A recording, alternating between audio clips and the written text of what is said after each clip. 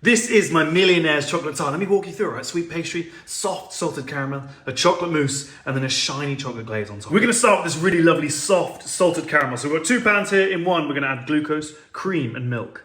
And in the other, we go glucose and sugar.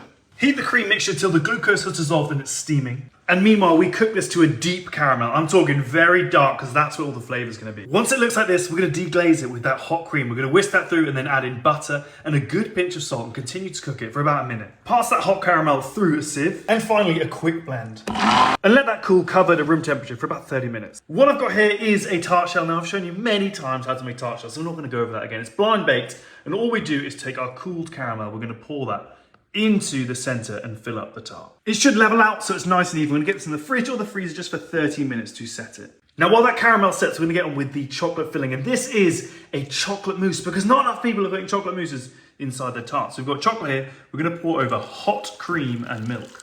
Let it sit for a couple of minutes, then just blend it until it's smooth. We're gonna transfer that mixture into a bowl.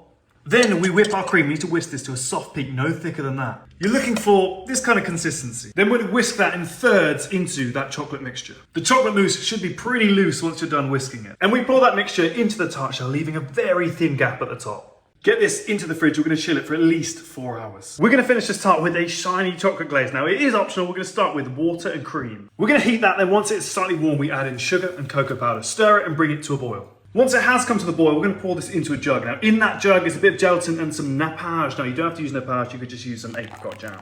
Then we give this a quick blend. We're really going to try and avoid adding too many air bubbles here.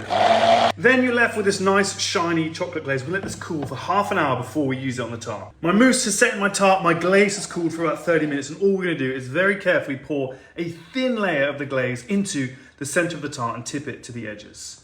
Let that glaze set for about 30 minutes to an hour in the fridge. Then it is ready to serve. And look, I had this beautiful tart. I was ready to slice it and I dropped the slice. I mean, you can hear the devastation in my voice. But anyways, I recovered it and I still ate the slice, don't worry. I mean, if I do say so myself, a very good tart. Textures, layers, chocolate mousse in a tart is a game changer, right? Very elegant, very clean. Full recipes on my website. Just click that link in my bio and enjoy.